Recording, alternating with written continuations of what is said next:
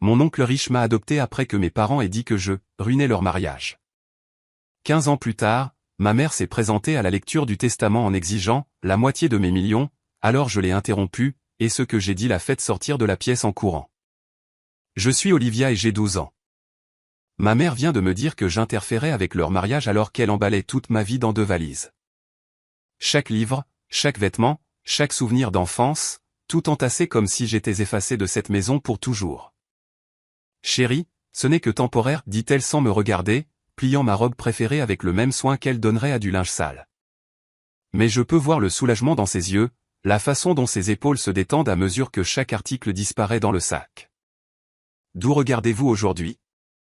Laissez votre localisation dans les commentaires ci-dessous et cliquez sur le bouton j'aime et s'abonner si vous vous êtes déjà senti complètement jetable pour les personnes censées vous aimer le plus. Vous voudrez absolument rester pour ce qui s'est passé ensuite. Laissez-moi vous ramener à la façon dont nous en sommes arrivés là, car croyez-moi, cela ne s'est pas fait du jour au lendemain. Mes parents sont ce que l'on appelle généreusement des artistes. Papa joue de la guitare dans un groupe qui est sur le point de percer depuis environ 8 ans maintenant. Et maman se considère comme une actrice, bien que les seuls rôles qu'elle ait décrochés soient des productions de théâtre communautaire et une publicité pour un magasin de matelas local qui a été diffusé exactement 3 fois. Ils sont toujours en train de s'exercer, de créer, d'avoir besoin d'un silence absolu pour leur art, ce qui signifie que je passe la plupart de mon temps dans ma chambre, porte fermée, entouré de manuels scolaires et de devoirs. Non pas que je me plaigne. Les livres sont devenus mes meilleurs amis pendant que d'autres enfants regardent la télévision avec leur famille.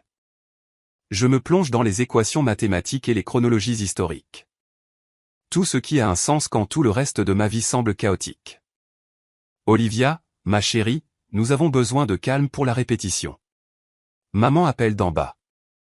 La même phrase que j'ai entendue tous les jours après l'école au cours des 3 dernières années. Le groupe de papa répète à nouveau dans le garage, et maman doit répéter ses répliques pour la petite production de sa ville où elle auditionne la semaine prochaine. Je ne me donne pas la peine de répondre. Je sors juste mes devoirs d'algèbre et me perds dans des problèmes qui ont réellement des solutions. Contrairement au problème d'avoir des parents qui voient leur fille comme un inconvénient, l'ironie ne m'échappe pas d'avoir les meilleures notes de ma classe tout en vivant dans une maison où la réussite scolaire est aussi célébrée qu'un traitement de canal. Le mois dernier, j'ai gagné la foire scientifique de l'école avec un projet sur les sources d'énergie renouvelables. Vous savez ce que mes parents ont dit? C'est bien, ma chérie. Maintenant, pourrais-tu faire moins de bruit? Nous essayons de travailler sur les harmonies. Mais voici la chose à propos d'avoir 12 ans et de s'élever essentiellement soi-même. On devient très bon pour lire les gens. Et dernièrement, j'ai lu des signaux assez inquiétants. Des conversations téléphoniques chuchotées qui s'arrêtent quand j'entre dans la pièce. Des brochures de festivals de musique européens éparpillées sur le bureau de papa. Maman répétant des monologues avec des accents britanniques. Quelque chose de grand se prépare. Et j'ai le sentiment désagréable que cela ne m'inclut pas dans leur grand plan. La bombe est tombée un mardi matin alors que je mangeais mes céréales et révisais mes notes d'histoire. Papa est entré dans la cuisine avec une expression que je n'avais jamais vue auparavant. Une excitation pure et sans phare, mêlée à quelque chose qui ressemblait étrangement à de la culpabilité. Olivia, ma chérie, il faut qu'on parle, a dit maman, glissant sur la chaise en face de moi. Elle était déjà habillée et maquillée, ce qui était inhabituel à 7 heures du matin. Ton père a une nouvelle incroyable. Le sourire de papa aurait pu alimenter la moitié de la ville. La maison de disques veut que nous fassions une tournée en Europe. 6 mois, peut-être plus si ça se passe bien. Ça pourrait être tout ce pourquoi nous avons travaillé. J'ai arrêté de mâcher. L'Europe. 6 mois. Les pièces du puzzle se sont emboîtées avec une clarté écœurante. C'est super, papa, dis-je avec précaution. Parce que j'avais appris très tôt que l'enthousiasme était attendu, même quand mon monde s'écroulait. Quand partez-vous? C'est ça le truc, a coupé maman, sa voix prenant ce ton artificiellement joyeux qu'elle utilisait pour annoncer de mauvaises nouvelles. J'ai aussi des opportunités d'audition là-bas. Des compagnies de théâtre, du travail cinématographique. C'est une chance pour nous deux de vraiment nous établir à l'international. J'ai hoché la tête lentement, ma cuillère suspendue au-dessus de mon bol de céréales. Et moi? La pause était tout ce dont j'avais besoin de savoir. Ils en avaient longuement discuté, avaient probablement veillé tard, pesant leurs options, et d'une manière ou d'une autre, leur fille de 12 ans s'était retrouvée dans la colonne des obstacles à surmonter plutôt que dans celle de la famille à protéger. Eh bien, papa s'est raclé la gorge. Nous pensons qu'il serait préférable que tu restes avec l'oncle Richard pendant un certain temps, juste le temps que nous nous installions et que nous puissions organiser des choses. L'oncle Richard, le frère aîné de papa, qui vivait dans le beau quartier de la ville avec sa femme Sarah. Je les avais rencontrés peut-être 5 fois dans toute ma vie, généralement à Noël ou lors de barbecue du 4 juillet, où ils avaient des conversations polies et me donnaient des livres en cadeau. Combien de temps et un certain temps, ai-je demandé, même si j'étais presque sûr de déjà savoir. Maman a tendu la main sur la table et a serré la mienne. Oh, ma chérie, probablement juste quelques mois. Si les choses ne se passent pas bien là-bas, nous serons de retour avant que tu ne t'en rendes compte. Mais elle était déjà en train de faire ses valises mentalement. Je pouvais le voir dans ses yeux. Ce n'était pas un voyage d'affaires ou une courte aventure. C'était un plan d'évasion en préparation depuis des mois. Et j'étais l'encre qu'ils étaient enfin en train de larguer. L'oncle Richard a déjà dit oui. Nous lui avons parlé hier soir. Papa a admis. Lui et Sarah sont ravis de t'accueillir. Ils ont toujours voulu des enfants, tu sais, n'est-ce pas? Parce que j'étais si oubliable qu'ils avaient discuté de tout mon avenir sans m'inclure dans la conversation. J'avais 12 ans, pas 2. J'avais des opinions, des sentiments, une vie entière qu'ils perturbaient. Mais apparemment, rien de tout cela n'avait d'importance face à leurs aspirations artistiques. Je vais devoir faire mes valises, dis-je doucement, me levant de table. Oh, ma chérie. La voix de maman était douce avec ce qu'elle pensait probablement être de la compassion. Nous avons déjà commencé à rassembler tes affaires. Nous savons que c'est difficile, mais considère cela comme une aventure. Une aventure. C'est ce qu'ils appelaient le démantèlement systématique de la seule vie que j'ai jamais connue. La maison de l'oncle Richard ressemble à quelque chose d'un magazine. Que des lignes épurées et des pelouses parfaitement entretenues. Sarah ouvre la porte avec un sourire si chaleureux que j'oublie presque que je suis là parce que mes parents m'ont essentiellement donné à une œuvre de charité. Olivia, nous sommes tellement ravis de t'accueillir, dit-elle. Et la chose folle, c'est qu'elle semble vraiment le penser. Viens, laisse-moi te montrer ta chambre. Ta chambre? Pas la chambre d'amis. Pas là où tu dormiras temporairement. Ta chambre. C'est une petite distinction, mais après avoir été traité comme une invitée dans ma propre maison pendant des années, ça frappe différemment. La chambre est peinte d'une douce couleur lavande. Pas ma couleur préférée, mais infiniment meilleure que les murs beiges que j'avais fixés pendant les 12 dernières années. Il y a un bureau près de la fenêtre, des étagères vides attendant d'être remplies, et un lit avec une couette qui semble avoir été réellement choisie pour une fille de 12 ans plutôt que prise sur n'importe quel rayon de liquidation pratique. Nous n'étions pas sur des couleurs que tu aimais, dit Sarah, se frottant nerveusement les mains. Mais nous pouvons repeindre si tu veux quelque chose de différent, et nous pouvons aller faire du shopping pour des décorations ce week-end si tu le souhaites. Je pose ma valise sur le lit et regarde autour de moi. Dans mon ancienne maison, demander de repeindre ma chambre aurait été accueilli par des sermons sur l'argent et la praticité. Ici, c'est offert comme une évidence. C'est parfait, lui dis-je. Honnêtement, merci. Les premières semaines sont une période d'adaptation qui ressemble à apprendre à vivre dans un monde entièrement différent. L'oncle Richard et Sarah dînent ensemble tous les soirs à 18h précises. Ils me demandent comment s'est passée ma journée et écoutent réellement les réponses. Quand je mentionne un concept mathématique difficile, Richard passe une heure à m'aider à résoudre des problèmes pratiques. Quand Sarah découvre que j'aime lire, elle m'emmène à la librairie et me dit de choisir ce que je veux. Mais mes parents me manquent toujours, même si je ne devrais probablement pas. Même s'ils n'ont appelé que 2 fois en 3 semaines, et que les 2 conversations ont duré moins de 5 minutes. Comment te sens-tu, ma chérie, demande maman lors du 2e appel. Et j'entends de la musique et des rires en arrière-plan. Bien, je lui dis. L'oncle Richard et Sarah sont vraiment gentils. J'aime ma nouvelle école. C'est merveilleux. Je suis si heureuse que tu sois heureuse. Écoute, nous sommes à Londres en ce moment et les choses se passent mieux que prévu. Le groupe de papa a été invité à enregistrer des démos et j'ai un rappel pour une série dramatique d'époque. C'est super, maman. Quand penses-tu que vous serez de retour? Une pause. Eh bien, c'est difficile à dire pour l'instant. Ces opportunités ne se présentent pas très souvent, tu sais. Mais tu nous manques terriblement. Vraiment? J'ai envie de demander. Parce que si vous me manquiez terriblement, ne voudriez-vous pas rentrer à la maison? N'auriez-vous pas appelé plus de 2 fois en près d'un mois? Vous me manquez aussi, dis-je à la place. Parce que c'est ce qu'elle veut entendre. Bien. Maintenant, sois sage avec ton oncle et ta tante. D'accord, on se parle bientôt. Bientôt se transforme en 2 autres semaines. Encore une. Les appels deviennent sporadiques, toujours brefs, toujours remplis d'actualités excitantes sur leur aventure européenne et de vagues promesses concernant leurs projets futurs.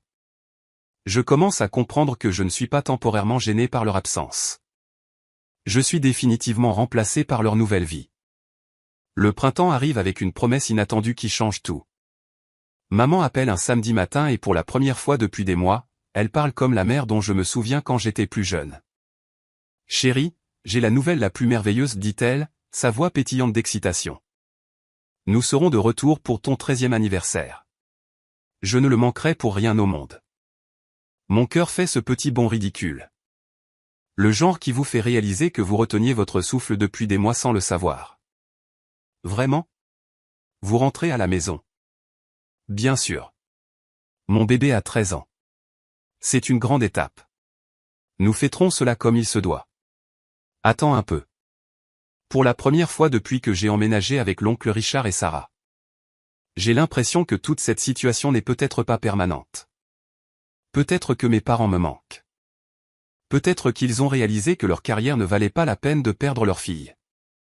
Quand je demande, comptant déjà mentalement les jours. Mon anniversaire est encore dans 4 mois. Mais soudain, je peux l'imaginer parfaitement. Maman faisant mon gâteau au chocolat préféré. Papa jouant de la guitare pendant que nous chantons. Nous 3 ensemble à nouveau comme une vraie famille. Le 15 avril, exactement comme nous l'avions prévu. Je l'ai déjà marqué sur le calendrier. Je raccroche le téléphone avec plus d'espoir que je n'en avais eu depuis le début de ce cauchemar. Sarah me trouve dans ma chambre plus tard cet après-midi-là, fixant mon calendrier mural avec un grand cercle rouge autour du 15 avril. Tes parents ont appelé, demande-t-elle doucement. Ils reviennent pour mon anniversaire, lui dis-je, incapable de masquer l'excitation dans ma voix. Maman a promis. L'expression de Sarah est soigneusement neutre. C'est merveilleux, ma chérie. Comment aimerais-tu fêter ça? Pour la première fois depuis que je vis ici, je me permets de rêver en grand. Pourrions-nous organiser une fête avec des amis de l'école? Je n'ai jamais eu de vraie fête d'anniversaire auparavant. Bien sûr, dit Sarah immédiatement. Nous la rendrons parfaite. Fête dans le jardin avec des décorations, des jeux, tout ce que tu veux. Les 4 mois suivants passent dans un tourbillon de planification et d'anticipation. Sarah et moi concevons les invitations, planifions un menu et créons des décorations. J'invite tous les amis que je me suis fait dans ma nouvelle école, les 8 d'entre eux, ce qui me semble une amélioration massive par rapport aux 0 amis que j'avais dans mon ancienne école où j'étais trop occupé à étudier pour socialiser. Richard m'aide à accrocher des guirlandes lumineuses dans le jardin et installe un système de sonorisation pour la musique. Ils mettent plus d'efforts dans cette fête que mes parents n'en ont jamais mis dans, eh bien, quoi que ce soit qui me concerne. 2 semaines avant mon anniversaire, j'appelle maman pour confirmer les plans. Maman, je devrais dire à l'oncle Richard et Sarah à quelle heure vous serez là? Sarah veut synchroniser le gâteau avec votre arrivée. Encore une pause. Plus longue cette fois. Oh, ma chérie. À propos de ça. Les choses sont un peu compliquées en ce moment. Le groupe de papa a l'opportunité de faire la première partie d'un grand groupe et les dates entrent en conflit avec le week-end de ton anniversaire. Mon estomac se contracte, mais je force ma voix à rester stable. Donc, vous viendrez après. Eh bien, nous essayons de trouver une solution. Tu comprends à quel point c'est important pour nous, n'est-ce pas? Cela pourrait tout changer. Je comprends que le 13e anniversaire de ta fille importe moins que de faire la première partie d'un groupe dont je n'ai jamais entendu parler, je pense. Mais je ne dis rien. Bien sûr, maman. Je comprends. Tu es une fille si mature, Olivia. Nous t'avons élevée, n'est-ce pas? Non, j'ai envie de lui dire. L'oncle Richard et Sarah m'élèvent, n'est-ce pas? Vous m'avez abandonné pour vos rêves et avez laissé d'autres personnes gérer les aspects compliqués d'avoir un enfant. Mais je dis juste, merci, maman. parce que puis-je dire d'autre? Le 15 avril arrive avec un temps parfait, ensoleillé mais pas trop chaud, avec une douce brise qui fait danser les décorations du jardin comme si elles fêtaient, elles aussi. À 14 heures, tous mes 8 amis sont arrivés avec leurs parents qui ont apporté des cadeaux attentionnés et des sourires sincères. Je continue de vérifier mon téléphone, attendant l'appel ou le SMS qui me dira que mes parents ont atterri, qu'ils sont en route, qu'ils ont tenu leurs promesses. Sarah me remarque en train de jeter un coup d'œil vers l'allée toutes les quelques minutes et serre doucement mon épaule. Ils seront là, dit-elle tranquillement, bien que je puisse voir le doute dans ses yeux. À 16 heures, nous avons joué à tous les jeux, mangé la plupart de la nourriture, et mes amis commencent à demander quand mes parents arriveront. Je trouve des excuses. Le trafic, les vols retardés, les complications de travail. Les mensonges viennent facilement maintenant. Probablement parce que je me les suis racontés toute la journée. Devrions-nous attendre pour chanter joyeux anniversaire, demande Jessica, ma meilleure amie de l'école. Je regarde le magnifique gâteau que Sarah et moi avons fait ensemble. 3 couches avec un glaçage à la fraise et 13 bougies soigneusement placées. Je pense à tous les anniversaires avant celui-ci où mes parents se sont à peine souvenus de la date jusqu'à la dernière minute, où la célébration signifiait un gâteau de supermarché et une chanson précipitée entre leur répétition et leur réunion. Non, dis-je fermement. Faisons-le maintenant. La chanson est forte et joyeuse et complètement imparfaite. Et c'est le meilleur chant d'anniversaire que j'ai jamais entendu. Quand je souffle les bougies, je ne souhaite pas que mes parents se présentent. Au lieu de cela, je souhaite avoir la force de cesser de les attendre. La fête se termine à 18 h avec des câlins et des promesses de se revoir bientôt. Les parents de mes amis me disent à quel point ils ont passé un bon moment, à quel point je suis mature et gracieuse, à quel point l'oncle Richard et Sarah ont de la chance de m'avoir chez eux, pas vivre avec eux, pas être élevé par eux. Juste chez eux parce que tout le monde pense encore que c'est temporaire. À 20 h, j'aide Sarah à nettoyer le jardin quand mon téléphone sonne enfin. Le nom de maman clignote à l'écran et pendant une fraction de seconde mon cœur bondit à nouveau. Peut-être sont-ils là. Peut-être arriveront-ils encore. Joyeux anniversaire, ma chérie. La voix de maman est lointaine, statique. Je suis tellement désolé que nous ayons manqué ta fête. L'emploi du temps est devenu complètement fou et nous n'avons pas pu nous échapper. Je m'assois lourdement sur le banc de jardin, entouré de ballons dégonflés et d'assiettes vides. C'est bon, maman. Raconte-moi tout. Tu t'es amusée. Sarah a pris des photos. Elle veut que je la fasse se sentir mieux de ne pas avoir été là pour mon anniversaire. Elle veut que je l'absolve de sa culpabilité en décrivant à quel point c'était merveilleux sans eux. Ouais, c'était super, dis-je d'une voix neutre. Vraiment super. Je suis si contente. Nous te le rendrons. Je te le promets. Peut-être à Noël ou pour ton 14e anniversaire, c'est sûr. Plus de promesses. Plus de peut-être et de probablement et de nous ferons. J'étais fatigué de vivre au conditionnel de l'affection de mes parents. Maman, dis-je doucement. Depuis combien de temps n'as-tu pas appelé? Oh, ma chérie. Tu sais à quel point nous avons été occupés. Le temps passe si vite quand on travaille si dur. Mais nous pensons à toi tous les jours. 6 semaines. 6 semaines depuis le dernier appel, et je ne le sais que parce que je l'ai noté dans mon journal, comme une pathétique comptable de la négligence parentale. Je dois y aller, je lui dis. Sarah a préparé un dîner spécial pour mon anniversaire. Bien sûr. Transmets notre amour à Richard et Sarah. Ils font un travail merveilleux avec toi. Ils ne font pas un travail avec moi. Ils sont ma famille. Il y a une différence. Bien qu'apparemment mes parents soient trop égocentriques pour la comprendre. Après avoir raccroché, je reste assise dans le jardin pendant longtemps, regardant le coucher de soleil derrière les rosiers soigneusement entretenus de l'oncle Richard. Sarah sort finalement et s'assied à côté de moi, ne disant rien, juste présente d'une manière que mes parents n'ont jamais appris à faire. Ils ne reviendront pas, dis-je finalement. Ce n'est pas une question. Sarah reste silencieuse un instant. Je ne sais pas, ma chérie, mais je sais que Richard et moi adorons t'avoir ici aussi longtemps que tu veux rester. Aussi longtemps que tu veux rester. Pas jusqu'à ce que tes parents se reprennent. Pas jusqu'à ce que cet arrangement temporaire prenne fin. Aussi longtemps que je veux rester. Cette nuit-là, je prends une décision qui va tout changer. Je cesse de vérifier mon téléphone constamment. Je cesse de trouver des excuses pour mes parents à mes amis. Je cesse de planifier ma vie autour de leurs promesses. Plus important encore, je cesse de les appeler maman et papa. 2 ans passent et je n'ai pas initié un seul appel téléphonique à mes parents.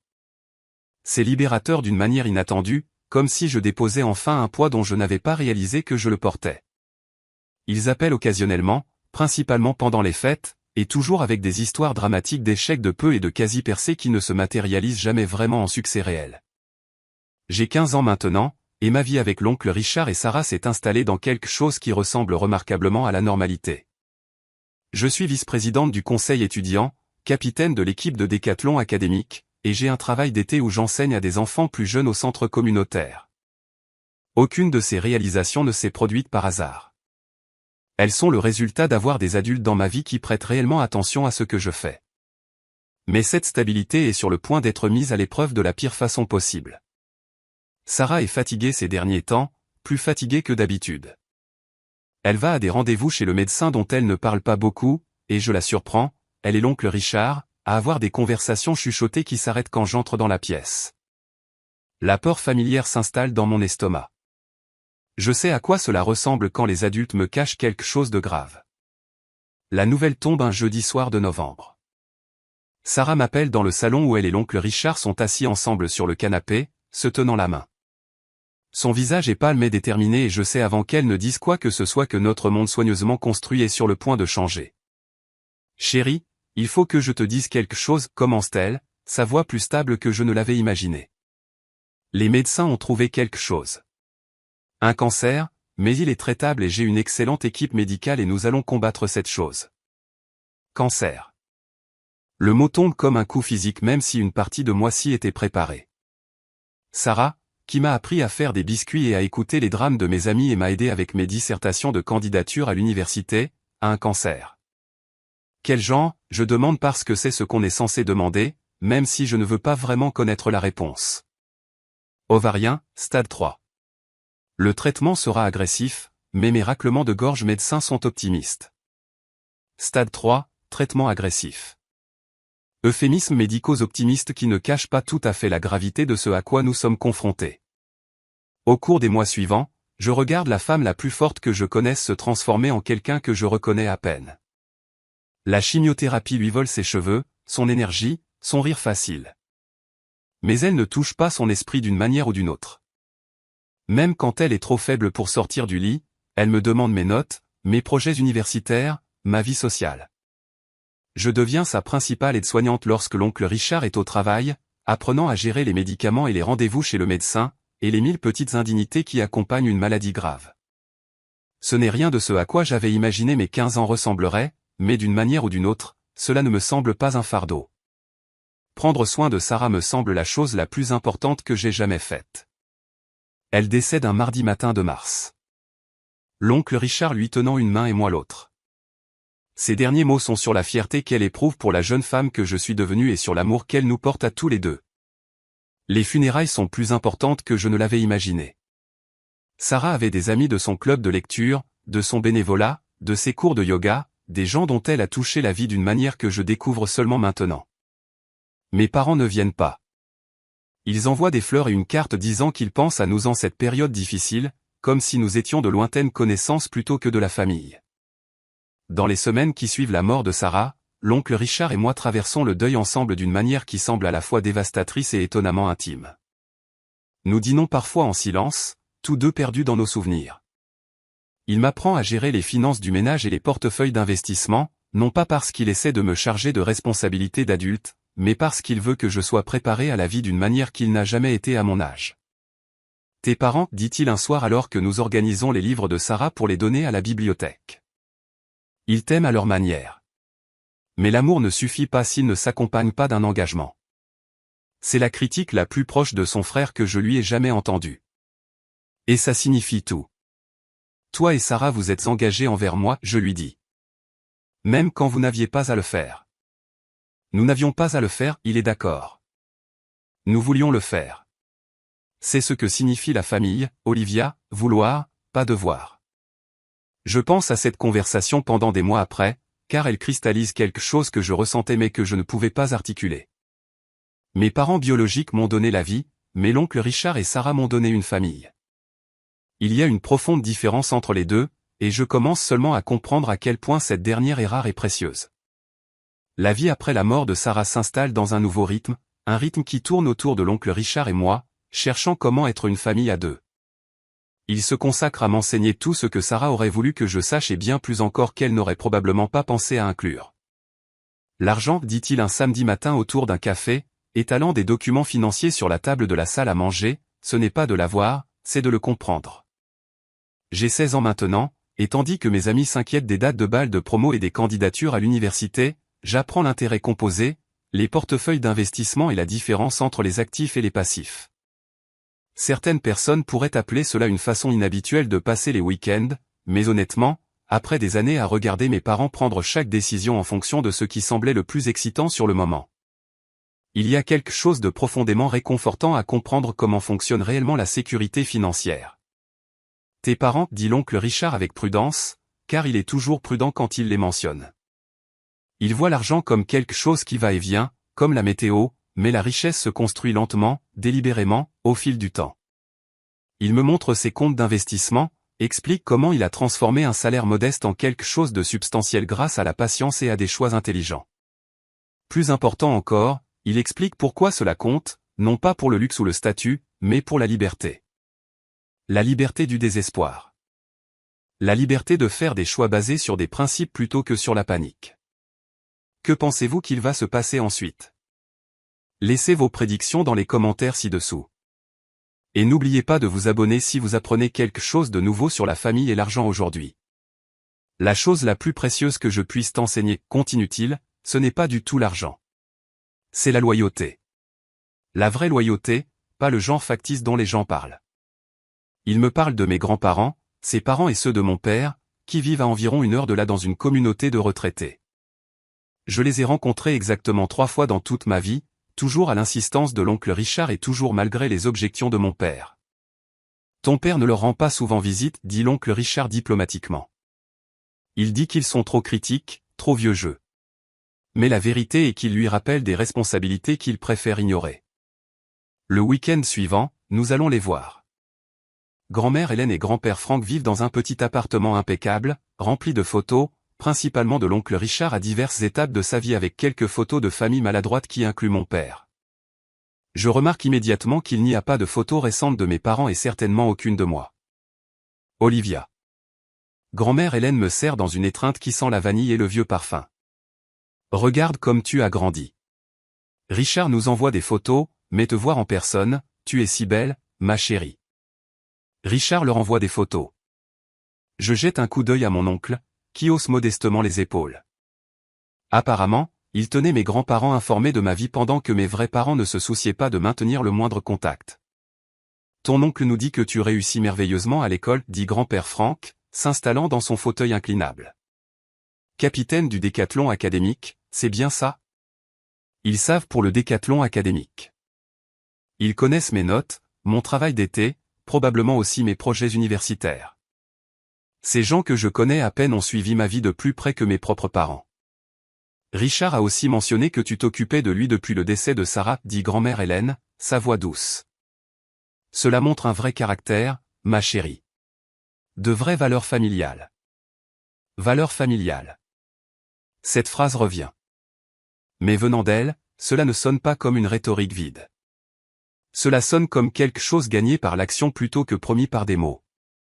Nous passons l'après-midi à regarder des albums photos et à écouter des histoires sur l'enfance de mon père. Des histoires qui révèlent un schéma d'égoïsme et d'irresponsabilité qui, apparemment, remonte à des décennies. L'oncle Richard a toujours été le responsable. Celui qui appelait pour les anniversaires et se présentait pour les fêtes, tandis que mon père courait toujours après un rêve juste hors de portée. Nous n'avons pas eu de nouvelles de tes parents depuis près de 2 ans, admet grand-père Franck tranquillement lorsque l'oncle Richard sort pour prendre un appel téléphonique. Nous envoyons des cartes de Noël à l'adresse que Richard nous donne, mais ils ne répondent jamais. 2 ans. Mes grands-parents ont été fonctionnellement abandonnés par leur fils, tout comme moi. La pomme ne tombe pas loin de l'arbre, apparemment. Je suis désolé, je leur dis. bien que je ne sache pas pourquoi je m'excuse du comportement de mes parents. Ne t'excuse pas pour eux, dit grand-mère Hélène fermement. Tu n'es pas responsable de leur choix, mais nous voulons que tu saches que tu es toujours la bienvenue ici. Tu es notre petite fille et cela signifie quelque chose pour nous, même si cela ne signifie pas grand-chose pour ton père. Sur le chemin du retour, l'oncle Richard est plus silencieux que d'habitude. Finalement, il parle. Ils t'ont demandé de tes nouvelles pendant des années. Je leur ai envoyé des photos d'école et des bulletins scolaires parce que je savais que tes parents ne le feraient pas. Pourquoi ne me l'as-tu pas dit? Parce que je voulais que tu les rencontres quand tu serais prête, pas parce que tu te sentais obligée.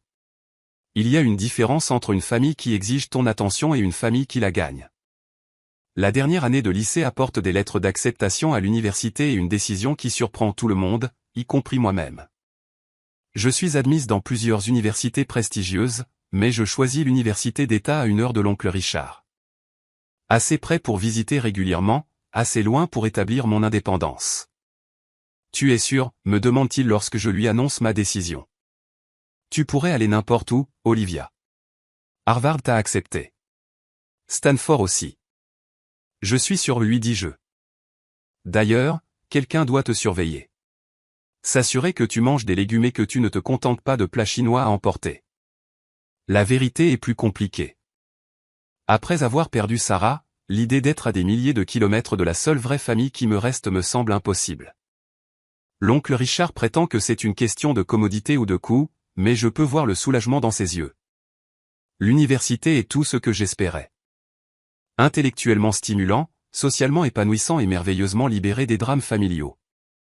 Je me spécialise en commerce avec une mineure en psychologie. En partie parce que je suis sincèrement intéressé par ces deux matières et en partie parce que comprendre l'argent et les gens semble être une combinaison pratique pour naviguer dans la vie. Je rends visite à l'oncle Richard toutes les quelques semaines et notre relation s'approfondit d'une manière inattendue. Il n'essaie pas d'être mon père. Ce bateau a navigué il y a des années, mais il est quelque chose de mieux. Il est mon mentor, mon filet de sécurité et mon plus grand soutien, le tout en un. Tu sais, dit-il lors d'une de nos leçons de finance du samedi matin, qui ont continué même pendant mes études universitaires, je n'ai jamais pensé que je serais bon dans tout ce truc parental. Sarah était toujours celle qui était naturelle avec les enfants. Tu n'es pas mon parent, lui dis-je doucement. Tu es mon oncle, et tu es le meilleur oncle qu'on puisse demander. C'est vrai. L'oncle Richard n'a jamais essayé de remplacer mes parents ou de me les faire oublier. Il s'est simplement montré constamment jour après jour, année après année, jusqu'à ce que sa présence devienne une fondation sur laquelle je pouvais construire toute ma vie. Mes parents, quant à eux, sont devenus des personnages d'une histoire que j'entends parfois de seconde main. Le groupe de papa a connu un succès mineur en Europe. Ils ont fait la première partie de quelques grands groupes et ont enregistré un album qui s'est vendu modestement. Maman a décroché quelques petits rôles sporadiquement dans des films indépendants qui ont été présentés dans des festivals dont personne n'a entendu parler. Ils vivent leur rêve apparemment, bien que ce soit un rêve qui n'ait jamais inclus d'espace pour leur fille. Ils appellent pour mon anniversaire et Noël. Des conversations devenues de plus en plus tendues et superficielles au fil des ans. Nous parlons du temps, de mes notes, de leurs derniers projets. Nous ne parlons pas de pourquoi ils ne me rendent jamais visite, pourquoi ils ont manqué ma remise de diplôme du lycée, pourquoi chaque étape majeure de ma vie a été célébrée sans eux. Comment se passe l'université, demande maman lors de mon appel de Noël de ma 3e année. Bien. Je pense à la faculté. C'est merveilleux. Tu as toujours été si intelligente. Tu tiens ça de moi, tu sais. Vraiment? J'ai envie de demander. Parce que l'intelligence dont je suis la plus fière est celle que l'oncle Richard m'a enseignée. L'intelligence émotionnelle, la littératie financière, la sagesse de distinguer ce que les gens disent de ce qu'ils font. L'oncle Richard m'a aidé à faire des recherches sur les programmes, lui dis-je à la place. Une pause. C'est bien. Comment va Richard? Nous devrions vraiment l'appeler plus souvent. Devrions. Encore un mot qui ne signifie rien venant d'elle. Elle devrait l'appeler plus souvent, tout comme elle aurait dû être présente pendant mon enfance. Tout comme elle aurait dû privilégier sa fille sur sa carrière au moins occasionnellement. Il va bien, dis-je. En bonne santé, heureux, bien, bien. Eh bien, ton père te dit son amour. Il est en studio aujourd'hui pour travailler sur de nouveaux morceaux. bien sûr qu'il l'est. Papa est toujours en studio ou sur scène ou en réunion ou n'importe où sauf ici à avoir cette conversation avec sa fille. Après avoir raccroché, je suis assise dans ma chambre universitaire, me sentant étrangement vide. Ces appels me dévastaient autrefois, mais maintenant ils me semblent juste des obligations que nous remplissons tous par habitude. Mes parents cochèrent et restaient en contact avec sa fille sur leur liste et je cochais a maintenu une relation avec ses parents sur la mienne et nous prétendons tous que cela signifie quelque chose, mais ce n'est pas le cas, plus maintenant. Je suis diplômé summa cum laude en commerce et décroche immédiatement un poste dans un cabinet de conseil en ville. Le travail est stimulant et bien rémunéré et je suis doué pour cela d'une manière qui semble à la fois naturelle et méritée. Mes collègues respectent mes compétences analytiques et mon éthique de travail. Mon patron laisse entendre des opportunités de promotion accélérée, et pour la première fois de ma vie, j'ai l'impression de construire quelque chose qui m'est entièrement propre. L'oncle Richard est incroyablement fier, bien qu'il essaie de le cacher derrière des préoccupations pratiques concernant mon contrat de location d'appartement et mes avantages d'assurance maladie. Nous dînons tous les dimanches, une tradition qui a commencé à l'université et qui se poursuit maintenant que je vis de manière indépendante. Ces dîners sont le point culminant de ma semaine. Non pas parce que ma vie est terne, mais parce que passer du temps avec l'oncle Richard donne l'impression de rentrer à la maison.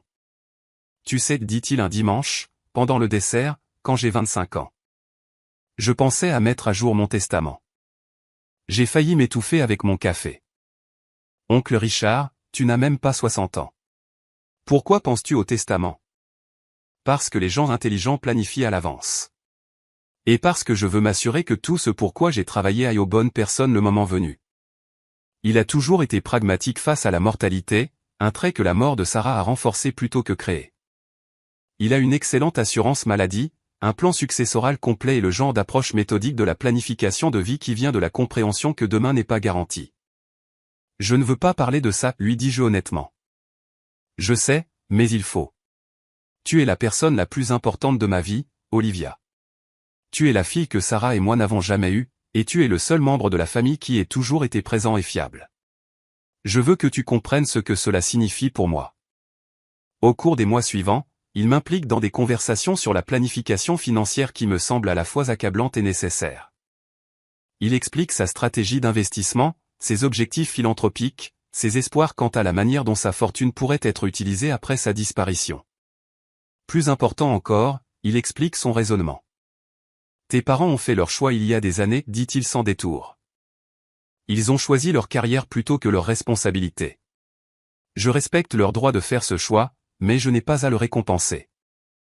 Et tes parents, grand-mère et grand-père? Ils sont financièrement en sécurité. J'ai déjà mis de côté des provisions pour leurs soins aussi longtemps qu'ils en auront besoin. Mais l'essentiel de tout, la maison, les investissements, les participations commerciales, c'est pour toi, Olivia. Tu l'as mérité, Olivia. Non pas par lien de sang, mais en étant présente, en étant une famille quand la famille était nécessaire, en devenant le genre de personne à qui on peut confier des responsabilités. Je pense souvent à cette conversation au cours des années suivantes, à mesure que ma carrière progresse et que ma relation avec l'oncle Richard continue de s'approfondir. Il n'est pas seulement mon tuteur ou mon bienfaiteur. Il est mon modèle pour savoir comment vivre avec intégrité. Il me montre que la richesse ne consiste pas à accumuler mais à bien gérer. Que la famille n'est pas une question de génétique mais d'engagement. Que l'amour n'est pas une question de grands gestes mais de présence constante. Mes parents deviennent des figures de plus en plus distantes dans ma vie. Ils appellent moins fréquemment. Nos conversations raccourcissent et le fossé entre leur monde et le mien devient impossible à combler. Le groupe de papa connaît un succès modéré. Ils ne sont pas célèbres, mais ils gagnent leur vie en tournant dans de plus petites salles et en vendant des albums à une base de fans dévoués. Maman continue de travailler sporadiquement dans des films indépendants et du théâtre régional. Ils ne sont pas malheureux, d'après ce que je peux en juger, mais ils ne sont pas non plus intéressés par une vie qui inclut les complications de la parentalité, ce qui me convient. Honnêtement, j'ai bâti une vie qui ne nécessite ni leur approbation ni leur participation. J'ai un travail significatif, des amitiés solides, une relation amoureuse avec un homme merveilleux qui comprend que l'oncle Richard est non négociable dans ma vie. Je suis réussie, indépendante et heureuse d'une manière qui n'a rien à voir avec eux. Mais parfois, tard la nuit, je me demande encore ce que cela aurait été d'avoir des parents qui se sont battus pour rester dans ma vie plutôt que de se battre pour s'en échapper. L'appel arrive à 3 heures du matin un mardi de novembre. Je cherche mon téléphone à tâtons, instantanément réveillé car les appels au milieu de la nuit n'apportent jamais de bonnes nouvelles. Olivia, la voix est inconnue. Professionnelle, prudente, sympathique comme les professionnels de la santé sont formés à l'être. Ceci est le docteur Martinez de l'hôpital Saint-Maries. Vous êtes répertorié comme contact d'urgence pour Richard Harrison. L'oncle Richard, mon cœur s'arrête. Que s'est-il passé? Est-ce qu'il va bien? Je suis désolé, mais monsieur Harrison a subi une crise cardiaque massive à son domicile ce soir. Un voisin a entendu son chien aboyer et a appelé le 911, mais au moment où les ambulanciers sont arrivés. Je suis tellement désolé, il n'a pas survécu. Les mots tombent comme des coups physiques. Crise cardiaque massive. N'a pas survécu. L'oncle Richard est parti. Êtes-vous sûr, je demande bêtement, comme s'il pouvait y avoir une erreur, une confusion dans les dossiers des patients qui pourraient le ramener. J'en suis certain. Je suis très désolé pour votre perte. Nous aurons besoin que vous veniez quand vous serez prête pour discuter des arrangements et récupérer ses effets personnels. Je raccroche le téléphone et m'assieds dans mon appartement sombre, essayant de traiter une information qui me semble impossible à absorber. L'oncle Richard était en bonne santé. Il faisait régulièrement de l'exercice, mangeait bien, faisait des bilans de santé réguliers. Il était censé être là pendant des décennies encore, me conduisant à l'hôtel à mon mariage, enseignant à mes enfants l'intérêt composé et la loyauté familiale, vieillissant avec grâce dans la maison qu'il partageait avec Sarah. Au lieu de cela, il est parti à 58 ans, et je suis seul d'une manière que je n'ai pas connue depuis que j'ai 12 ans. Les jours suivants passent dans un tourbillon d'arrangements funéraires, de paperasse légale, et l'expérience étrange et surréaliste de démanteler une vie si soigneusement construite. L'avocat de l'oncle Richard, Monsieur Thompson, gère la plupart de la logistique avec une efficacité qui suggère que ce n'est pas la première fois qu'il accompagne quelqu'un à travers un deuil soudain. Votre oncle était très minutieux dans sa planification, me dit Monsieur Thompson alors que nous sommes assis dans son bureau, examinant les documents. Il a tout mis à jour régulièrement, et ses instructions sont extrêmement claires. La lecture du testament est prévue pour la semaine prochaine. Juste la famille proche et quelques legs spécifiques. Qui compte comme famille proche, je demande, bien que je sois presque sûr de déjà savoir. Vous, évidemment. Vos grands-parents. Le personnel de maison. Madame Garcia, la gouvernante, et Monsieur Chen, le jardinier. Ils reçoivent chacun des provisions spécifiques. Et vos parents? Mes parents, qui n'ont pas parlé à l'oncle Richard depuis plus d'1 an, qui ont manqué les funérailles de Sarah, qui n'ont montré aucun intérêt pour notre famille pendant la majeure partie d'une décennie. Vont-ils vraiment venir? L'avocat est tenu de notifier tous les bénéficiaires. Leur présence et leur choix. Je passe la semaine précédant la lecture du testament dans la maison de l'oncle Richard, passant en revue ses affaires et essayant de décider quoi garder, quoi donner, quoi ranger jusqu'à ce que je sois émotionnellement prête à y faire face. La maison semble énorme et vide sans sa présence. Mais elle me semble aussi une maison d'une manière que ma maison d'enfance n'a jamais été. Dans son bureau, je trouve un dossier étiqueté pour Olivia de son écriture soignée. À l'intérieur se trouvent des copies de chaque bulletin scolaire que j'ai jamais eu, chaque photo d'école, chaque prix d'accomplissement de l'école primaire à l'université. Il y a aussi des emails imprimés qu'il a envoyés à mes grands-parents au fil des ans, les informant de mes progrès et partageant des photos d'étapes que mes parents ont manquées. Tout au fond du dossier se trouve une lettre manuscrite qui m'est adressée. Ma chère Olivia, commence-t-elle. Si tu lis ceci, alors je suis parti et tu te sens probablement perdu et seul. Sache que t'élever, et oui, c'est ce que nous avons fait, même si nous ne l'avons jamais officialisé, a été le plus grand privilège de ma vie. Tu as pris une situation brisée et l'as transformée en quelque chose de beau. Tu as aimé Sarah à travers sa maladie avec une maturité qui m'a humilié. Tu as apporté de la joie et un but à nos vies quand nous pensions que nous étions trop vieux pour recommencer avec une famille. La lettre continue sur 3 pages, pleine de conseils, d'expressions d'amour et d'instructions spécifiques sur la façon dont il espère que son héritage sera utilisé. Mais la partie qui me reste est plus simple. Tu n'es pas seul, et tu ne le seras jamais tant que tu te souviendras de ce que signifie une vraie famille.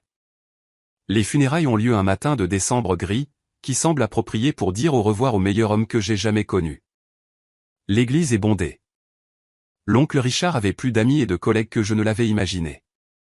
des gens dont il a touché la vie par sa générosité discrète et sa présence constante. Mes grands-parents sont là, l'air fragile mais déterminé. Madame Garcia et Monsieur Chen sont assis au premier rang avec moi, les larmes coulant sur leur visage. Mes parents ne viennent pas. Je ne suis pas surprise, mais je suis déçue d'une manière qui me surprend. Même maintenant, même après tout, une partie de moi espérait qu'ils se présenteraient pour honorer l'homme qui a élevé leur fille abandonnée, mais ils ne le font pas. Et pour la première fois, leur absence me semble un cadeau plutôt qu'une blessure. Je n'ai pas à gérer leur drame, leur culpabilité ou leur tentative de faire de ce moment un moment pour eux. Je peux simplement faire mon deuil de l'oncle Richard, entouré de personnes qu'il aimait réellement. La lecture du testament est prévue le lundi suivant au bureau de Monsieur Thompson. J'arrive en avance, vêtu du costume noir que l'oncle Richard m'a acheté pour mes entretiens d'embauche, me sentant nerveuse d'une manière qui me surprend. Je sais que je suis dans le testament. L'oncle Richard et moi en avons longuement discuté. Mais il y a quelque chose de formel et de définitif dans ce processus qui rend tout réel d'une nouvelle manière. Madame Garcia et Monsieur Chen sont déjà là quand j'arrive, tous deux mal à l'aise dans leurs vêtements de cérémonie, mais touchés d'être inclus. Mes grands-parents arrivent quelques minutes plus tard, se déplaçant lentement mais avec détermination. Grand-mère Hélène me serre la main en s'asseyant à côté de moi. « Il t'aimait tellement, ma chérie, murmure-t-elle. Plus que tu ne le sais probablement. » Monsieur Thompson arrange les papiers sur son bureau et vérifie sa montre. « Nous attendons toujours un autre bénéficiaire, dit-il diplomatiquement. Mon cœur se serre quand je réalise de qui il parle. D'une manière ou d'une autre, malgré tout, mes parents viennent à cela. Après avoir manqué les funérailles, après des années de silence, ils vont se présenter pour la distribution d'argent. L'ironie est si amère que je peux presque la goûter. Effectivement, à 14 heures pile, la porte s'ouvre et mes parents entrent. Je ne les ai pas vus en personne depuis plus de 3 ans, et le choc de leur présence physique me frappe plus fort que prévu. Maman a l'air plus âgée, plus mince, avec le genre d'améliorations artificielles qui suggèrent qu'elle continue de courir après des rôles destinés à des femmes plus jeunes. Papa a les cheveux gris et s'est épaissi au milieu, et ses vêtements sont chers d'une manière qui crie « et c'est trop fort ». Il ne me regarde pas en entrant. Maman hoche brièvement la tête à mes grands-parents et s'assied de l'autre côté de la pièce. Papa fixe droit devant lui, la mâchoire serrée dans l'expression têtue dont je me souviens de mon enfance chaque fois qu'il était obligé de faire face à des obligations familiales. La gêne dans la pièce est suffocante. Ces personnes qui partagent mon ADN sont de véritables inconnus et leur présence à la lecture du testament de l'oncle Richard me semble une violation de quelque chose de sacré. Monsieur Thompson s'éclaircit la gorge et commence à lire. Les legs sont exactement ce que l'oncle Richard et moi avons discuté. Madame Garcia reçoit la maison d'amis sur la propriété, plus un important règlement en espèces, suffisant pour prendre une retraite confortable. Monsieur Chen obtient le cotage de jardin et sa propre provision financière. Mes grands-parents reçoivent des fonds fiduciaires améliorés pour assurer leurs soins à vie. À ma chère nièce, Olivia, continue Monsieur Thompson, qui est devenue la fille que je n'ai jamais eue et la personne la plus remarquable que j'ai jamais connue. Je lui laisse le reste de ma succession. Cela comprend la maison familiale, tous les comptes d'investissement, la collection d'art, la collection de voitures anciennes et tous les autres actifs non spécifiés autrement. La valeur totale de ce legs est d'environ 12 millions de dollars. 12 millions de dollars. Même en sachant que cela allait arriver, entendre le chiffre prononcé à voix haute me coupe le souffle. J'ai 27 ans et l'oncle Richard vient de me rendre financièrement indépendante pour la vie. Mais avant que je ne puisse pleinement traiter cette information, ma mère se lève brusquement. Je suis désolée, dit-elle, sa voix acérée et incrédule. Mais cela ne peut pas être juste. Richard était le frère de mon mari. Je suis aussi de la famille. Où est mon héritage? Le droit qu'elle s'arroge dans sa voix est stupéfiant. Elle a abandonné sa propre fille, ignoré son beau-frère pendant des années, manqué ses funérailles, et maintenant elle réclame de l'argent. Monsieur Thompson consulte calmement ses papiers. Madame Harrison, vous et votre mari n'êtes pas nommés bénéficiaires dans ce testament. C'est impossible, dit papa, parlant pour la première fois. Nous sommes sa seule famille en dehors d'Olivia. Il doit y avoir une erreur. Il n'y a pas d'erreur, répond Monsieur Thompson. Monsieur Harrison a été très précis sur ses intentions. Il a laissé des instructions détaillées expliquant ses décisions. Le visage de maman devient rouge. C'est ridicule. J'exige au moins la moitié de ce qu'elle reçoit, dit-elle, me montrant du doigt comme si j'étais une étrangère plutôt que sa fille. Nous sommes son frère et sa belle-sœur. Nous avons des droits légaux. Droits légaux. Après 15 ans d'abandon et de négligence, elle pense avoir des droits légaux sur l'argent de l'oncle Richard. Je me lève lentement, me sentant plus calme que je n'ai le droit de l'être.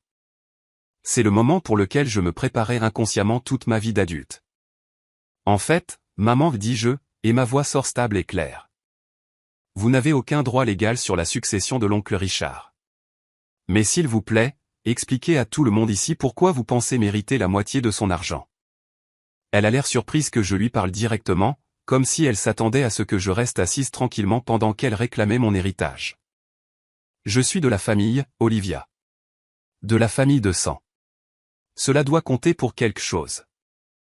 Vous avez raison. Cela compte pour quelque chose. Laissez-moi vous dire exactement ce que cela a compté pour l'oncle Richard. Je me tourne pour m'adresser à la pièce, y compris à mes grands-parents qui regardent cette scène avec un dégoût non dissimulé. Pour ceux d'entre vous qui ne connaissent pas toute l'histoire, mes parents m'ont largué sur le pas de la porte de l'oncle Richard quand j'avais 12 ans parce que j'interférais avec leur mariage et leurs carrières artistiques en Europe. Le visage de maman pâlit. Ce n'est pas comme ça que ça s'est passé. Nous traversions une période difficile. Vous m'avez laissé avec des gens que vous connaissiez à peine, je continue, pour ce que vous disiez être quelques mois. C'était il y a 15 ans. Pendant ce temps, vous avez manqué mon 13e anniversaire après avoir promis d'être là. Vous avez manqué ma remise de diplôme du lycée. Vous avez manqué les funérailles de Sarah. Vous avez manqué les funérailles de l'oncle Richard, mais vous n'avez certainement pas manqué cette lecture de testament, n'est-ce pas? Le silence dans la pièce est assourdissant. Madame Garcia regarde mes parents avec une horreur non dissimulée. Mes grands-parents ont l'air de vouloir disparaître dans leur chaise à cause de l'embarras. Nous bâtissions nos carrières, dit papa faiblement. Nous pensions que Richard et Sarah pouvaient apporter de la stabilité. Ils pouvaient, et ils l'ont fait. Ils m'ont donné tout ce que vous n'avez jamais pris la peine de faire. L'amour, l'attention, les conseils, et oui, la sécurité financière. L'oncle Richard m'a appris l'argent, la famille, ce à quoi ressemble un véritable engagement. Voulez-vous savoir ce qu'il m'a appris d'autre?